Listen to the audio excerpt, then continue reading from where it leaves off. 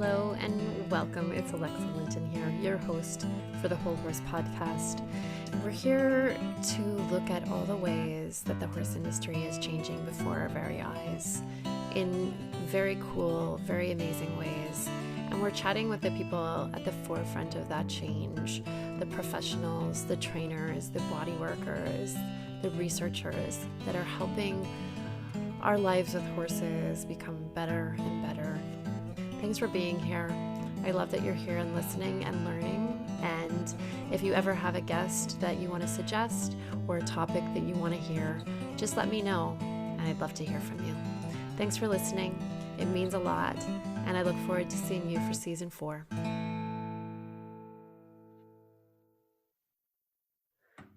Hi, everyone, and welcome back to the Whole Horse Podcast. It's Alexa here, and I'm here today with Thirza Voysey. She's just written a book called The Wild in Us. Thank you for being here today. Thanks for having me. Yeah, absolutely. So Thirza and I have sort of circled around each other for a long time, and Thirza lives you're on Gabriola Island. Yes. Beautiful, beautiful spot for anyone who hasn't come to the west coast of Canada, particularly to our lovely island spaces. It is well worth a visit. And I can see, I've literally been watching Thurza's horses walk behind her through her studio window, and I feel like I might bet envious of that, I have to say. So tell us a little about you, Thirza, and your work with horses and how this book came into being. Yes. Well, it's a bit of a long story, but I'll keep it short. So the book is really about my life with anxiety and with difficulties, really just feeling at home on the earth, I guess.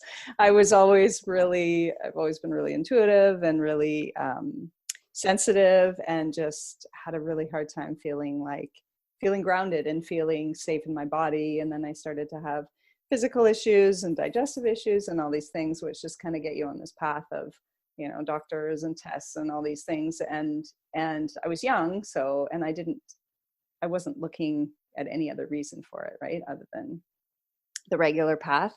And anyway, I had some car accidents. I hit my head a lot. And in big ways. Even the first time I hit my head, I was like, I got pulled off the table by my brother. I was, 4 months old.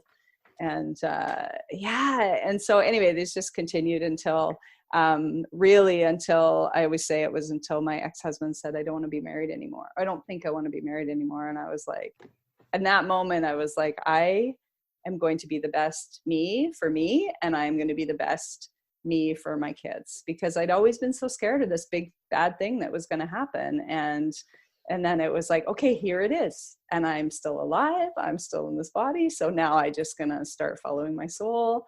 And I started to do salsa dancing, which is where you and I crossed paths. I was like, I think we salsa together. Yeah.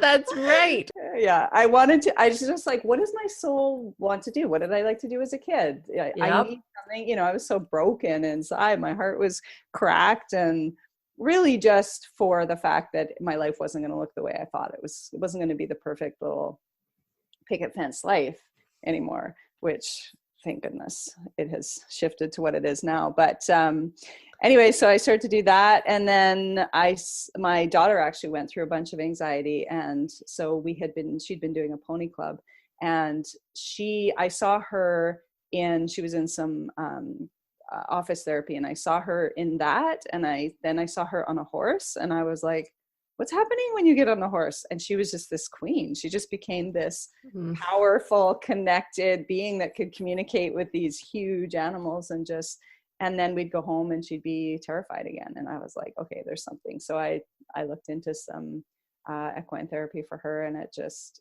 really became more, it helped her, but it became more about me and my path. And then, went from social work and that kind of a path to this. And I love it. I just love it.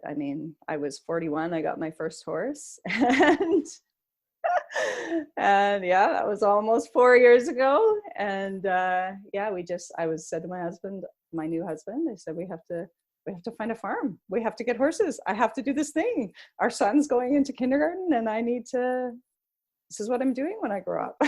He was like, oh no. So here we are. Oh my goodness. And it's so, I love hearing this story because I haven't heard this before. So this is so great. And your farm is called Soul Farm. Soul Farm, yeah. I love that. And I want to track back around the anxiety and a sense of not really feeling at home here on earth, like, because I know that's something that I really resonate with, and for a long time was like, oh my gosh, I can't do this place, it's so hard. Yeah. And all the things that came from that, right? All the anxiety and all the stuff that came from that experience. So what really started to shift that for you? Like, was it that moment with your ex-husband, or were there other pieces? Well, the healing really, I think that was kind of the beginning of it. And the moment that I was like, oh no, this is about me. This isn't about the picture and the vision that I'm showing to everybody, this fake, perfectionistic thing. This is about me and me living and not being so terrified, because I was so scared all the time up to then.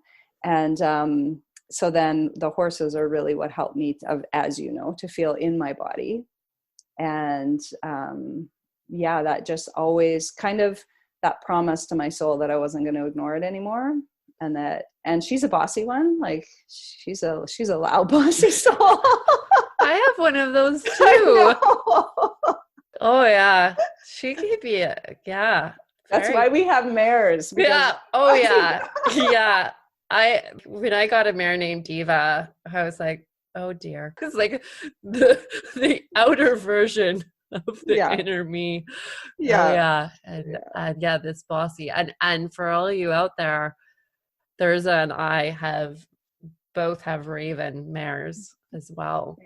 Yeah. Yeah. And I find that, I've been kind of like, well, what is my, we always are supposed to ask, what's our ideal client and do. And I've had a lot of different clients who, have different life situations and all the things. But lately it's been incredibly sensitive women who are intuitive, who don't really feel safe here, or don't feel like they can expand, or don't feel like they can bring who they are into the world. Right. And even yesterday we were sitting in the field, and the horses her message was really about integration, right? Just integrating, being in the body and just being safe. And then her whole light could come through and out into her creations and all that. And I was like, this is pretty simple message. Like, and the horses just laid down all around us. And I was like, there's nothing more. There's just, you have to integrate, and it might be a slow process, right? Like you have to go into nature every day. You have to, and that's what I've done here at the farm. Is just, I knew my body needed it. And I knew that was the only way I was really going to feel safe. And I had to make a lot of sacrifices. I have older kids, and I had to really make this choice. Like, I have to be here and do this. And, they go back and forth to their dads and to us. And since moving to this small island, it's not as easy for them to just go back and forth like it is down the street. Yep. And I fretted over that for, well, what are we, 4 years in? I've just finally, kind of almost solidly let that go. That I had to be here for my own healing. And I know it's good for all of us. I know that it's really the best for, the whole family. Like, what better than nature therapy, right? Yeah. And I don't think we always, as horse people, I don't know if we really pin down, like, this is a part of my health and well-being, if that makes sense. Like, I think it's just kind of a built-in often. And so we go, oh yeah. And it's when we move away from it that we go, oh dear, like there's something really important there for me. I know for myself, like so many of us, I go out, I feed my horses, it's usually like super quiet between 7 and 7:30 in the morning. And I spend like 45 minutes just like mucking and like walking. I walk, we all walk, hanging, moving my body, doing different things, like petting my girls. But I realized, like, I sat with that last week and go, wow, this is like something that a lot of people outside of horse people just don't do, because they've got to like get up, go to work, like do their thing. And it's not a built-in, I just had this like, oh, this is I think a part of why we love horses so much, right? Yeah. They really tap us into that space. Yeah. And I have always had a hard time with routine. I mean, I was somebody who had to go to work for 11 years as a social worker, and I just every day was like, okay, what's exciting about today? What's fun about today? Oh, I get to see my kids. Oh, but I have to go to work, so nothing. I was just like that. And now I don't wake up and go, what's fun today? I just wake up and, oh, I have to go feed the horses. Okay. And even, when I go out in the dark for a night check and I'm like, oh, I have to go back outside. Oh, I get out of the bath. I have to go back. And every time I go out and go, oh, I get to walk out here and I have a reason to go out and be in the dark and hear the frogs. And it's just magic.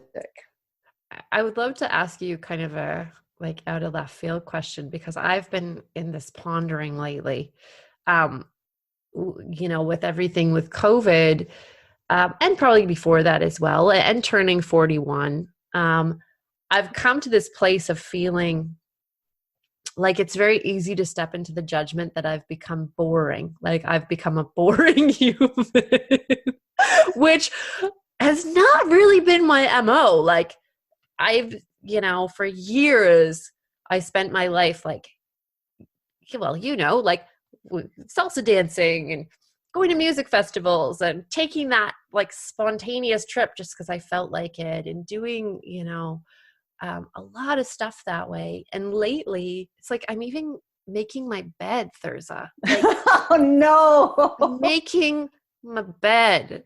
Like, that's not something that I do. Like, I have a notification in my phone to floss my teeth every night. Like, this is, Okay. You are boring. Okay. Like, right. But like, I'm trying to come to this place of seeing it as, actually like a helpful step in the right direction. Like, like as, if we talked about, I don't know, sun signs, like I'm an Aries, right? So I'm fiery. I want to like do different stuff and switch it up. I'm social. I can be very social. But yeah, like this is the place where I'm getting to, is how to change, because your book is The Wild in Us. It's like, how do I come to a place of settling into, it's okay to have routine. It's okay to have like patterns throughout my day.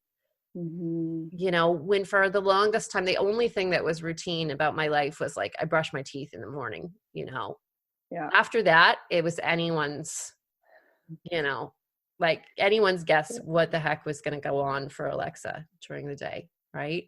Yeah. Which is amazing that you can run a business and succeed and do all those things with shocking. That. Yeah. Because I've really struggled with that, because I went from like, everybody told me what to do for a long time. Right. And I did the good girl, and I, did the university, and then I did the social work, and I had the job before the university was done, all these things, and had the marriage, all these things. And I was like, okay, yeah, I can do this. I can do this thing that society wants me to do. And then that all blew up, and I was like, well, I hate this life. I mean, I didn't want necessarily, choose to hate it, but I didn't like the job. I didn't like the going. And I was like, well, what's next? Oh, well, this soul path feels really fun. But then I kind of went, now I'm the teenager I wasn't then, and how that goes. And now I'm really appreciating those the ability or the learning to drop into those routines. And I watch my husband, who's actually an artist, but he's always been that, like, you know, he's super fun, but he always goes to work. He always does his thing, you know, and he can be super fun, and then he can just sit and stare at a fire for hours. And I'm like, what is this thing that you have that you can just, you know, and you can like harness your creative energy into something. And the book took me 10 years to write, because I was in this, like, you know, woohoo, let's just live and let's not sit down and do anything phase. So I don't think it's boring. I think it's a skill. Yes. And it's hard, like, as a creative person, when you kind of let that out of the box, right? And it's like, and I did pretty early on. It was about age 23 where I was like, okay, like, I don't think I had things very together before that, but, you know, until then I was kind of on the straight and narrow path. And then after that, it all went a bit, you know, it got pretty creative after that. But yeah, I mean, for years, it took me, like, for example, and this is off the topic of horses completely, but it took me until last year to sign up for a scheduling app that I could actually track if people had paid me or not. Like, before that, I just relied on my brain to be like, did that person pay? Did they? I don't. And getting paid like 5 different ways. Who knows how much? Got kind of lost in the wind. But I did it. I didn't do it because I was so scared of systems. Yeah. Yes. Imposing themselves on my freedom. Yes. And on my wildness. Yes. And and I was just like, no, like, I don't want to do any of that. And anytime someone would suggest a system, I'd be like, no, I don't want to do it. But I've noticed, like, well, my business is running so well and I have so much more time, and, like, I actually get paid. That's very helpful. And your teeth get flossed. And my teeth are happy. My teeth are happy. And, you know, I go to bed. Oh, here's the other boring thing. 9:30. I go to bed. I'm in bed by 8:30 studying. 9:30, I turn off the light. Whew. Yeah, that's something. Right? So tell me and us about the wild in us and what that means for you. Because I'm a little nervous that I've lost the wild in Alexa. No, you'll be okay. You'll feel better. So it was really, for me, the wild for me is really our spirit, right? And our soul part. And it's really all about that. How do we integrate that through the body into the world? Right? How do we be here? And it was just my learning, and the horses took me through it. I had done my yoga teacher training, and the chakras were always super interesting to me. I was like, okay, the movement part, that's cool, but I've moved all my life, like, and I get that, and I can do it. And I also had trouble with the slowing down part, which I eventually got and could teach and all that. But it was always the philosophy of the consciousness in those areas that really fascinated me. And then when I got the horses, I was like, oh, you do the same thing. You see people, like, you see people's soul self when they walk on the farm, like I do.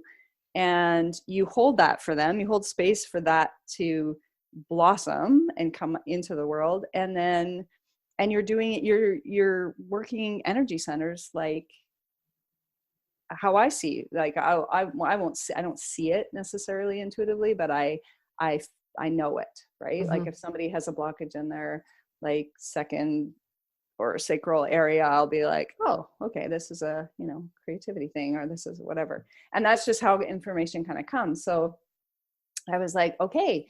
And then the horses just took me through the energy centers in my own life, right? And we were like, I was having the experience of incredible rooting, right? And dealing with safety and feeling safe in the world just because of them, because I was forced to move to a farm and, like, ground myself. And, then, there had been, sacral chakra experiences, right, with dancing. That's a huge, area of opening up the pelvis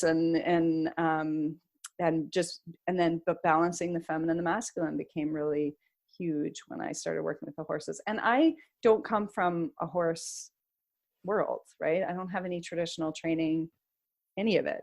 And so to me, I was like, well, show me who you are, and even with our 4-year-old, I was like, okay, you're young. And so I have to quote unquote train you or figure out how that's going to work and have, trainers come and all that. But she was kind of like, we're not going to do it that way. We're going to do it I'm going to show you a new way. And I was like, man, still learning. Okay. So how do we want to do it? How are we going to do this? And it's been building trust. And, now we sit out in the field together, and where Raven is like, okay, she's always been, okay, I'll do that thing. Luna's like, what are we doing? Oh, we're laying, you're sitting in the field. Okay, I'll sit beside you and we'll relax, it's just this. But it's on such a level that it's all the levels, right? I remember saying to somebody like, how can these horses, I was actually having a bit of a fit. It was about Raven, and I had a horse person come, and I was like, how can she be so spiritual and like be in my dreams? She walks in my dreams with me. She helps me in visualizations. She's always there. She's like the one beside me. And I can't even, like, she just flips her butt at me. And like, she doesn't like, I don't even think she likes me. And she was like, okay. And she was great because she got it. And she was like, you need to realize that horses are all the layers, just like we're all the layers, right? And I went, oh, okay, yes, we're human, we're spirit, we're all those things integrated. So are they. So it's just been that, like, how do I get into that whole thing we've talked about, the whole theme of today? How do we embody, how do we be in the body safely on this planet with this big energy, right? That is our soul. And we were sitting there yesterday with this woman, and I was like, look how they do it. They do it beautifully. They just have these huge energies, and they just walk around in these big bodies and they're not always super comfy, right? If they've had emotional issues or whatever, as you know, they have all kinds of things, but they do it. Yep. And they eat grass and they calm. They're not always worried. They're not worried. I worried my whole life. They're not worried unless there's a pig. Then Luna's worried, but they're worried in the moment. And then they're like, oh no, I'm not dead. So I'll go back to crazy. And pigs do smell like bears, apparently. So yeah. I heard they're in the bear family. Yeah. Yep. So makes a lot of sense. Absolutely. Yeah. I just love that sense. I'm thinking back on the podcast, and I'm like, I don't think we've ever specifically talked about chakras, which is craziness. Because I tend to work with them quite a bit as well. And I really love that as a framework, it can be really helpful, like you sharing the different ways that those spaces came up for you. Can you share a little bit more? So you had talked about the root and the sacral. Yeah, sorry. Did you want to finish your question? Yeah, well, I'm just wondering about, continuing on up the 7 energy centers, just to share with listeners, Sure. If they haven't really heard this, they probably, think most people have got a sense of most of the chakras, but how they might present in horses or in ourselves, or what challenges might come up around them. Okay. Yeah. And again, I'm no expert. I go through this as a learning, right? And even in my training with the horse work with people, that's all really why I glommed onto it, because they were saying how, the horses work in the energy centers and showing me. And then I was like, wow, kind of prove it to me, right? I don't believe this is happening. The horse is just eating the grass. And then I started to experience it and feel it and know it. And I was like, yeah, they are. They're very, very subtle, but they are.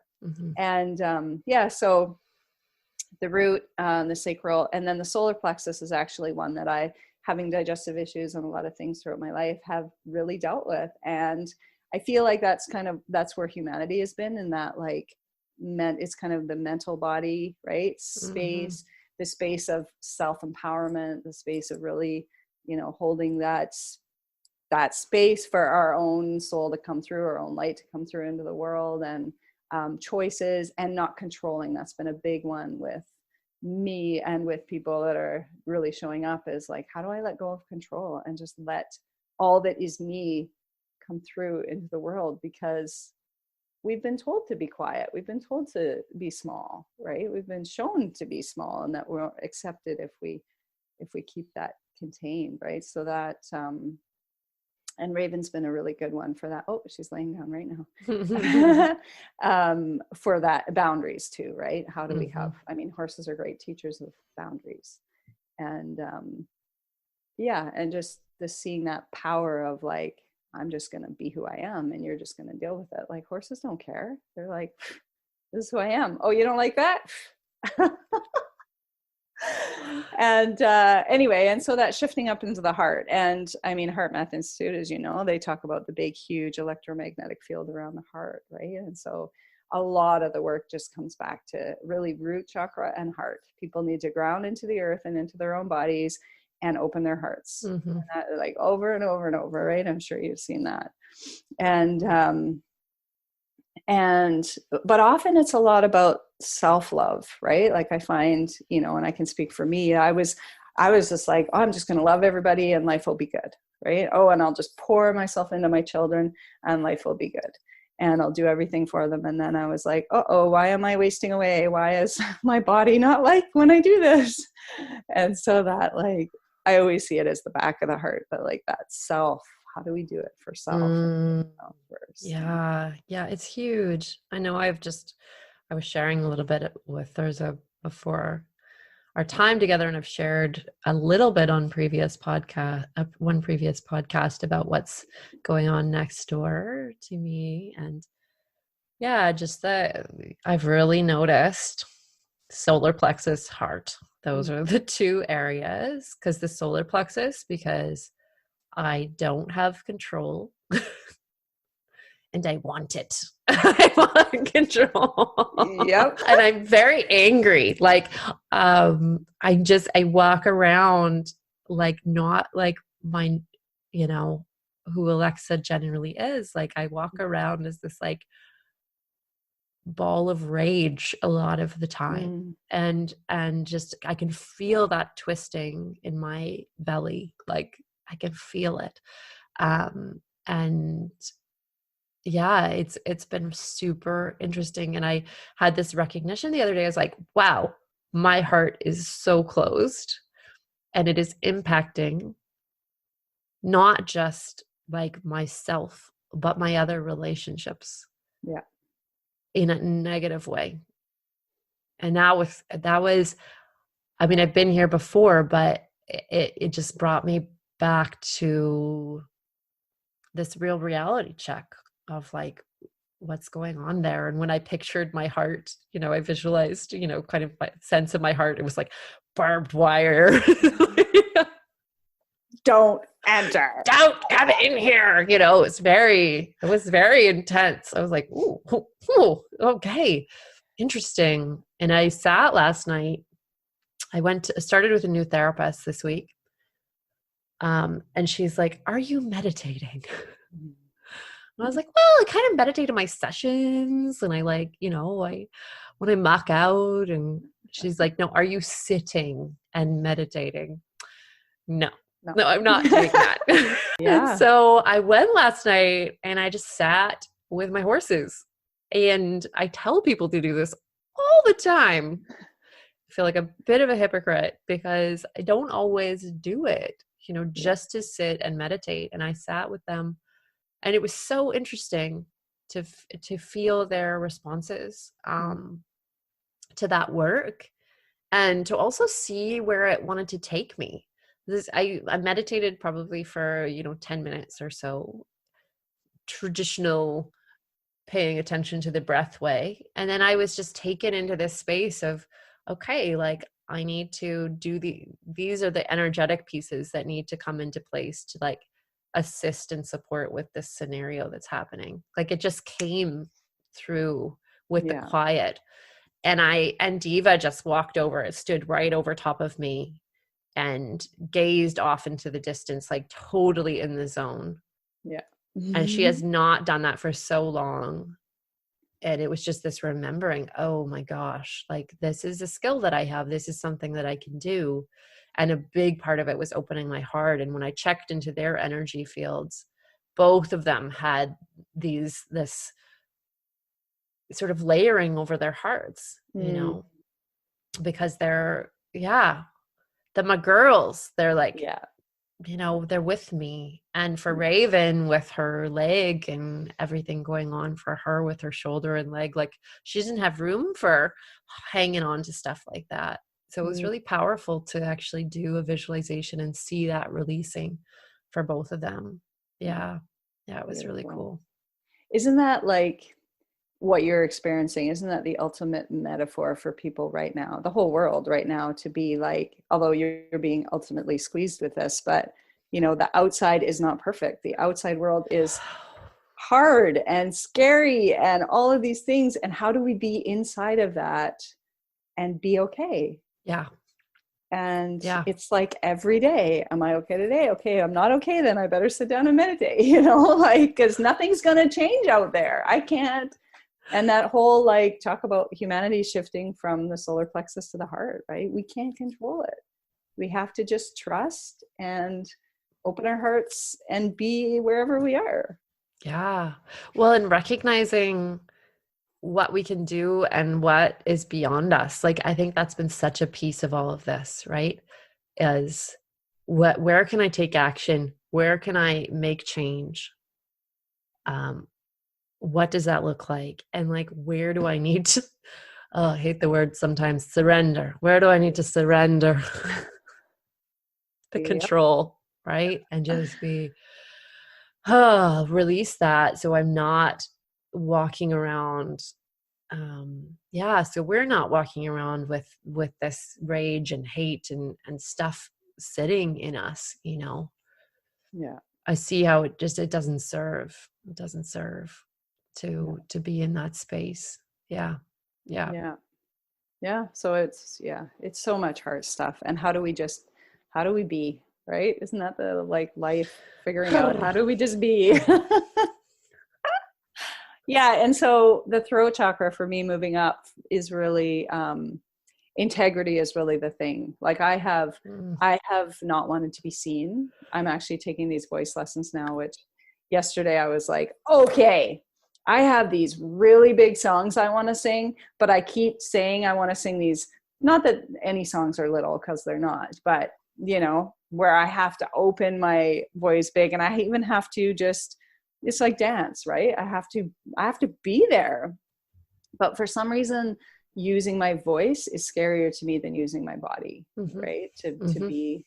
And so it's been this amazing opening of the throat chakra, and writing a book, of course, and putting it in the world. I was terrified. I was like, people are going to put me in the funny farm because of all these things. Like a lot of it is about my meditations and my visualizations and like what's going on. And I'm like, people are going to read the inside of me that I've been hiding or having a facade over, and they're going to just read it. And so that integrity in the throat, where it's like, no, what is going on? You have to listen to your heart. You have to promise, you have to commit that you're going to listen and that you're going to bring that stuff out into the world. So even no matter how scary it is. So yesterday in my lesson, I was like, I'm terrified to sing this big song, but my heart's talking about it. So we're doing it. And it was awesome. It was like, okay, how do we support? Whereas I thought it would be, oh, you're crazy. You're crazy to think you can sing that. Like, who are you to think you can sing that song? Right. Which we always like, who am I to write a book? Who am I to work with these horses? You know, all of the things. So, and then the third eye, right, is where we get that, the intellect, the thinking, the worry, all those things, but also that place of intuition that takes us into that depth where the horses want to take us, that place of knowing. And that's really my favorite place. Like I would spend, the other day, Easter Monday, I had a day because we had celebrated on the Sunday, and I just had a day. And I was like, all I want to do today is meditate. And that was the day I was out with the horses in the field for a lot of the day. And just give myself permission to be like, okay, you're just going to get to be in your visualizations today, you know? And I didn't even need the whole day. I was like, okay. And then the crown, right? Where we connect with spirit and we bring that into our bodies and we trust it and we are guided by it. And yeah. I would love to hear for you what some of those, so when you are like, I want to go sit and meditate and visualize and be with my horses, what does that, what might that look like? Where do you like to hang when you do that? Like, in terms of your inner world. I think a lot of people, horse people, we aspire to going and meditating with our horses, and then we kind of get blocked by like, well, what does that look like? Like, what do I do? Yeah. Well, my thing used to be, or is also walking, right? And if I have an issue, I will say to my soul, okay, or universe, I am walking, I'm going on this path, and I won't come home until I have an enlightenment or a understanding of this issue. And I usually say what it is. And always some kind of enlightenment or understanding filters through. And so it's been like that with the horses lately, because Luna, who's 4, turning 5, she had a lot of stuff happen to her. She had a baby before she came, all these things. And I can tell there's a lot of, and I was trying to push. I was like, well, you're a young horse, so I got to do this, and I got to train you this, and I got to work on this. And so every day we have to work on something, and and I was like, this is not working. I tried to push that on her, and she went, that's not the way we're doing it. And so I just went, okay, well, how about every day you show me something? And so we've been playing. I said to her, we're going to have an Easter egg hunt, but with carrots. And so I hide them, and she's very curious. So she's like, she couldn't figure out that past the end of my finger is where the carrot was. She always thought it was in my hand because it has been. So she had to learn to look. And, but when I go out and meditate with them, it was like, okay, I might have a goal, right? I might have a thing that I hope, but whatever happens, happens. And for me, it's patience, right? Patience is a big deal. So I work on that a lot. So I just go out in the field and say, okay, I would love for you guys to come and lay down with me. Say, that's one thing.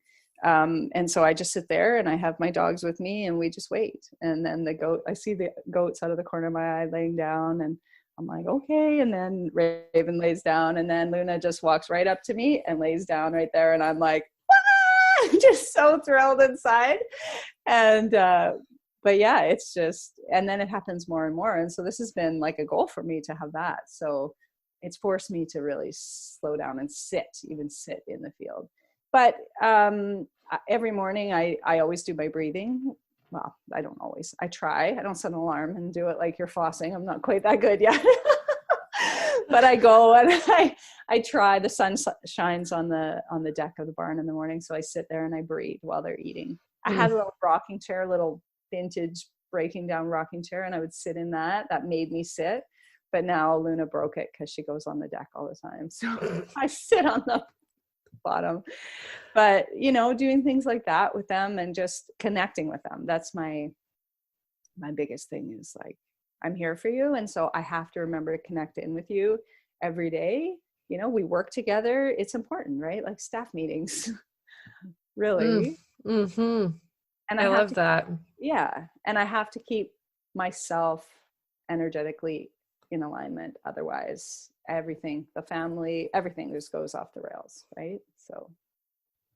Yeah. And so those meditations are a part of that. Yeah. Piece, tuning back in. Mm-hmm. Well, and I've tried to be somebody who can ignore that. And I know for my physical health that I cannot ignore it. And so integrity is really that piece of like, you must listen and you must sit and you must, or whatever, have a bath, whatever it is. Yeah. Yeah. I think that's coming back to that kind of question around boring or not a little bit, because I've really tried to reframe things as a ritual, as a as a self-care, like, you know, a necessary self-care, like Mm-hmm. flossing, you know, important. Yeah. I tend to build up tartar, you know, that's just the thing. Yeah. But also, yeah, these pieces around the sitting, the meditation. And I love that idea of like the staff meeting, you know. Yeah, you're working together. It makes so much sense. It's like, hey guys, where are you today? Yeah. What's going on for you, right? Yeah. And in the quiet, that's when we get the messages on a different level. Mm-hmm.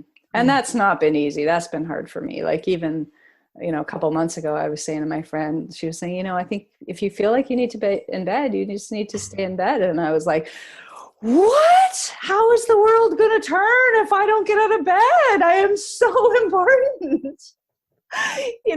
And like as a mother, we just become this really egocentric, right? Where we're like, everything will fall apart if I don't do it all. And it was a really important conversation to be having with everybody, right? My husband, my kids, everybody, because as we do, people will expect us to do. Mm-hmm. Right. And it wasn't, as things are reflected back, I was like, oh, this isn't you putting this on me. Right. I wanted to point fingers and say, you're expecting me to do all that. And this is me seeing that it like my own thing where I have to do and that I'm not worthy if I don't do all the things, right? I'm not worthy if I stay in bed and look after myself, or if I meditate in the field, like if he's working away doing his thing and my kids at school and I better be out there doing something that the world can see as successful. And and they don't see, the world doesn't necessarily appreciate meditation yet a lot of people do, but I wasn't appreciating that as important as it is. But, I really saw, sorry, I'm talking a lot. No, this is your podcast. That's the point. I've really been seeing, so I'm part of this kind of intuitive group, and we do these, it's more like an intentional circle. And I was starting to see how in these meditations, how important people doing their creative work was, how the ripples, I could actually see the ripples going out into the world, and including and especially that meditating, right? Like imagine you meditate at your farm, how, well, right? How much that goes to your horses and the land and the people and like all this stuff, right? Mm-hmm. Fixes the issues without you doing anything, maybe. Yep, exactly. That was what I needed. I was like, I need some stuff that I can do when I feel like I have no control. It's actually very, very handy. Yeah. We'll see. I'll keep you all updated on miraculous changes that occur. But yeah, I think there is this sense of, sometimes when we do feel like there's a lot happening in the world that we don't have a handle on, or we don't have any way to change, like these are some pieces that can actually be really helpful. And I know, meditation is one of those things that can feel like a real privilege to do. It's like, okay, does this human have that chunk of time to spend on that, right? And maybe or maybe not, but maybe there's little ways that we can find that settle us back into ourselves. I'm sure you're similar. Like I'll do like often throughout the day different like little visualizations, like rootedness visualizations, so sending my roots down like a tree, or I'll reconnect to my breath at different parts of the day. Like all those sorts of things really come in. And I mean, we're lucky, I think, as horse people, that we have these like barometers literally around us that are telling us what our state is in every moment. Mm-hmm. Yeah. Whether you like it or not. Yeah. Yeah. And I don't know. I mean, I've just firsthand experienced this like life of where, and mind, really left brain mind, where I was like, this is important, this is important, this is important. Mm-hmm. And then now going, oh, when you start to see the importance of your presence. Yeah. Right. And how things, oh, wow, things manifest easier when I am present and when I surrender that I can't control this thing and make it and shove it into the thing that I want it to be. And and this relationship worked itself out when I just let go or relaxed or meditate or whatever, and it's been a really important learning for me to be like, right, things work better when I loosen my grip. Mm-hmm. Yeah, totally. I know. Working on horses in the way that I do, I definitely get a lot of feedback. I said to my new therapist the other day, I was like, I don't think I'm super ungrounded because my horses still let me touch them. So that's that was the case, where if I was really out of body, any clients that I went to work on would tell me to please come back another day. Yeah. More sorted. Well, and I guess that's the integrity piece too, right? Oh, yeah. We can't go and, I think it's important for people to realize that we're human, right? In any field. Totally. Nobody wants a perfect robot, enlightened robot to be like, but we do have to be able to hold space that's. Yeah, absolutely. Especially in certain roles. And there's certain pieces that are just, I've found to be non-negotiables, right? In that way, horses,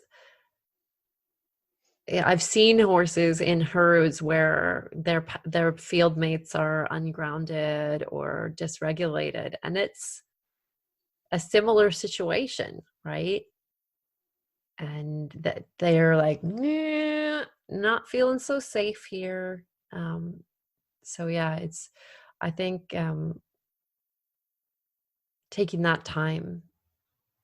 And it actually, I'm sure this is shared in your book, but like I find the more I can let go of control and surrender to what is and sit into this presence piece, the more of that wildness I tend to like feel in myself, the more myself I feel. Totally. Yeah. Yeah. Because we're just, the horses are helping us let go of all those things that are not us. That's what I say to people. The horse hooks you up with your soul and then shows you all the ways that you're not connected to that so that you can let them go if you want or not, but know that you're not. And that's really been an important thing that Raven has shown me is I just felt something between us, like an energy that's been between us since meeting her. And it's not her.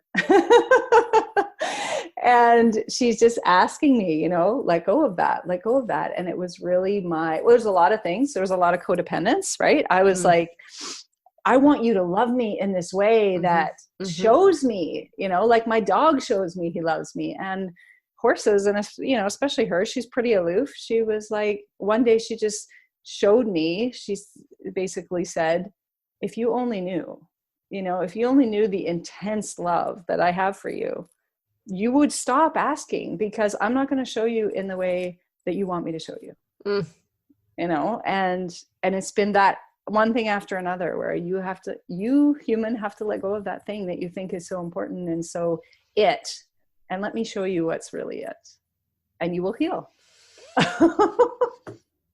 Damn. I like that. Our ravens sound similar. The bringers of magic. Absolutely. Yes. Oh, amazing.